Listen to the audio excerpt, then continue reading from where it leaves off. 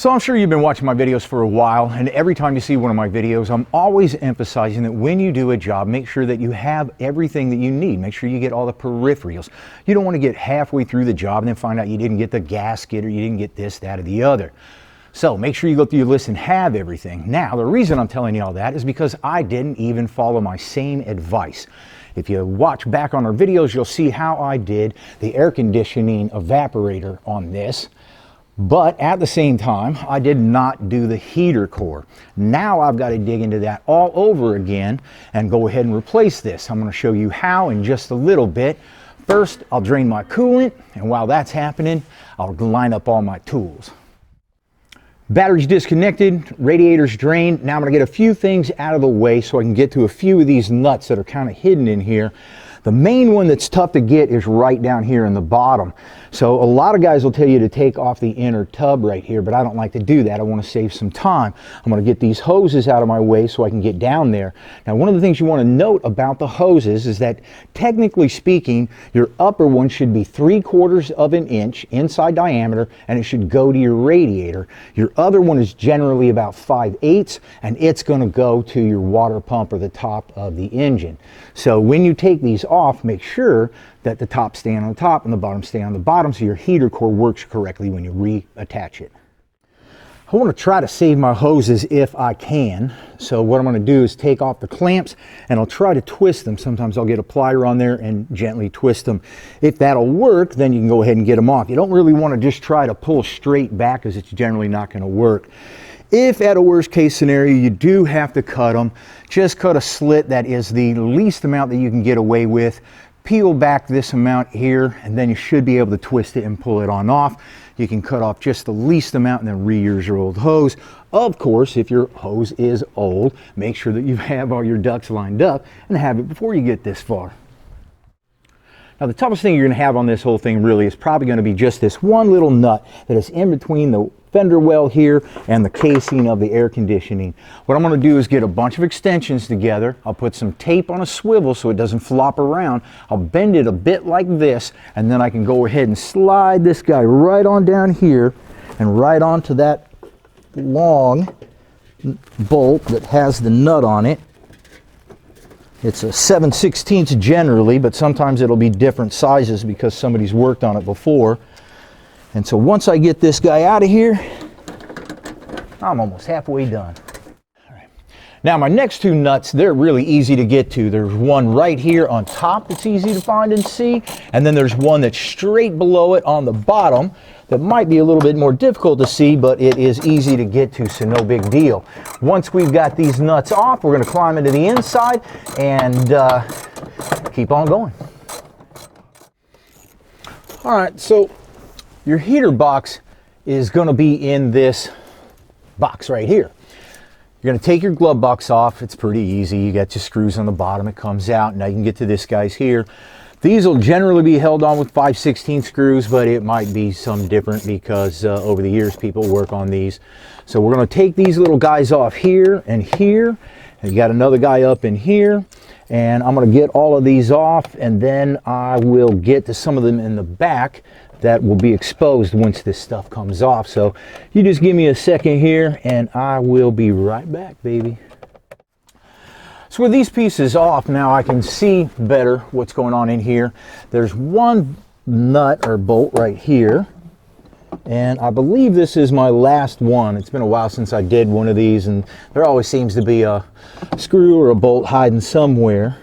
But I'll get this guy off and I'll gently give it a tug and we'll see how we're looking.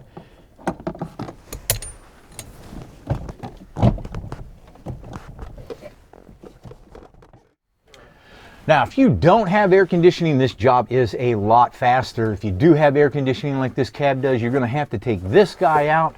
You're going to need to take this little guy off the bottom, and you're going to need to take this guy off that's about right here.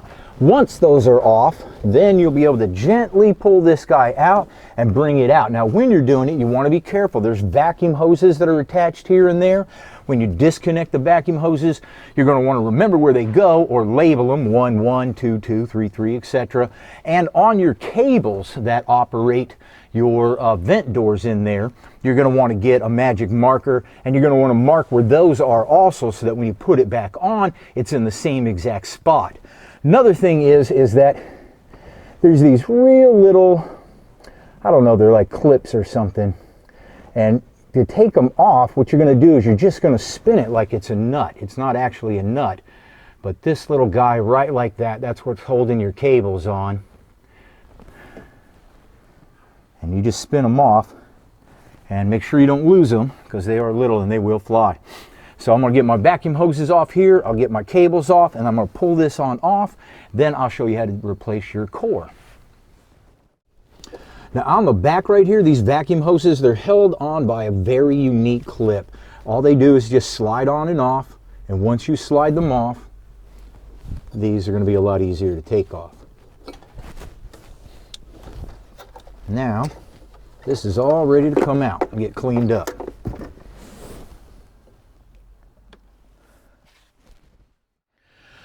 Now when you take this out, a lot of times there's mouse and rat droppings and nests in here. That's really, really unhealthy for you. So if you've got that, make sure you put a respirator on and get all that cleaned out of there before you go on any further.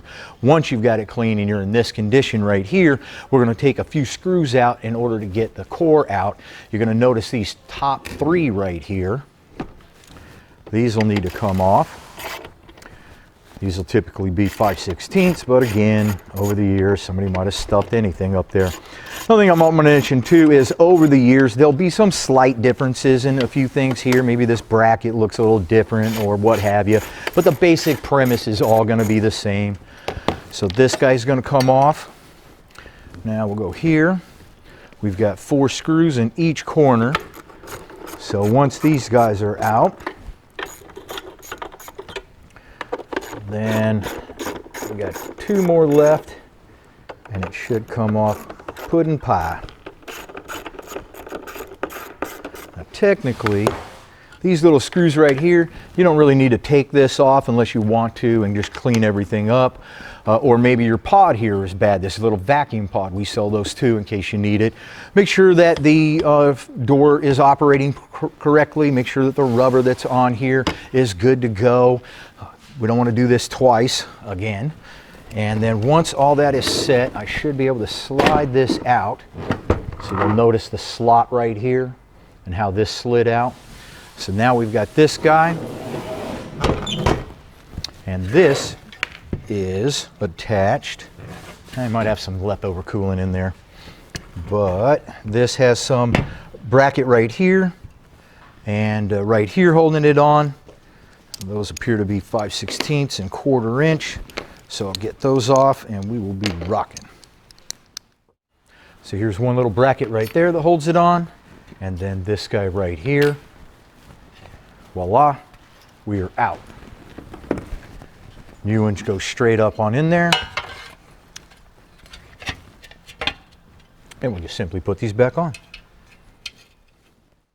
We're all cleaned up, we're ready to put it back together. When we were cleaning it, this gasket right here, of course, it was old and tired and just disintegrated when we took it out. We're going to want to put it back in because it's going to keep our hot and cold air separate, so we make sure we're as hot and cold as we can get.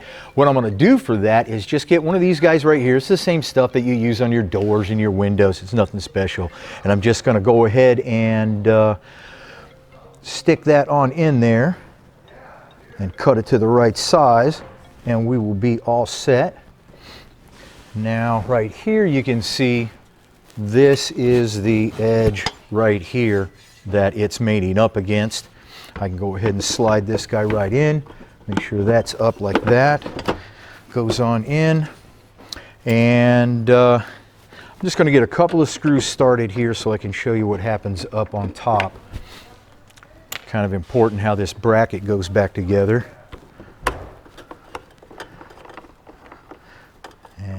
Okay, that's good to go. So, up on top here,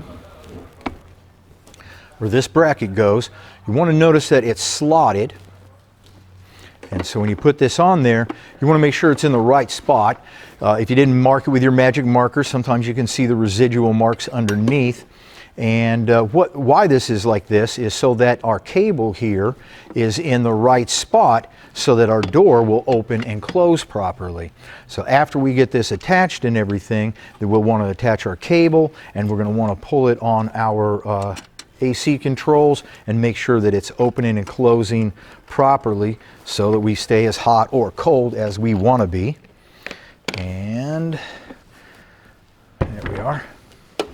So I'm going to get this all buttoned up, and then I'll show you what comes next inside the cab. All right, so now we're just going to go ahead and attach our vacuum lines and our cables and everything, and we'll put it back up on the firewall. Now the firewall pad, your sound deadening pad that you have on here, it's actually what works as the gasket. When you bolt this up there, it helps hold it on. If you don't have that, you might want to put some sort of gasket sealer on here or up on your firewall there. Mine's still in there. I don't want to take it all out and mess with it. I'm just going to try to put this back on there with that. But I'm going to get my vacuum lines on first, and then I'll tuck this up in there. All right, we're just going to go ahead and slide back up here. We're going to watch our cable and our vacuum lines, any electrical lines. We want to make sure they don't get trapped behind the box here. And then lining it up, I'm going to look for this top stud right here and that hole that it goes through the firewall, and hopefully I can jiggle this guy back in. So just give me a minute here to wrestle with this guy, and I'll be back. So getting this in here, what I'm going to do is line up my holes as best I can and get it in. Then I'm going to put my stud on the top first. Make sure it's in there. I'll get a nut on there a little bit, and then I'll be able to work these down here a little bit. You'll need to jiggle them around a little bit to find the holes and pop it through. So once you get those guys on there, you'll go ahead and go on the other side and tighten those guys up. Let me show you a quick little trick on that. Now getting that little nut on the bottom is going to be a bit tough. So what we're going to do is we're just going to take the nut, we're going to get a little bit of tape on here, and we're going to tape it on there well enough to where it won't fall off, but not so much that I can't pull my socket off. I'm going to have my tape on my angle piece here. I'm going to bend it in just the right shape, and then I'm going to go ahead and slide this down there and get it on there. So wish me luck. My box is all in. Now I'm going to go ahead and put my AC stuff in. This has to go in first because this piece here goes right like that. We've got all the little screws down here we saved, so let me get this attached and I'll show you what comes next. So now I'm going to go ahead and fill up my radiator. When I'm filling up my radiator, I'm generally going to go with 2 gallons of coolant, and the rest is going to be water. You actually don't use all coolant in there. You want about a 50-50 ratio. When you put in the water, you're not actually putting in tap water. It's best if you put in distilled water. It helps your radiator last longer. It doesn't get as corroded.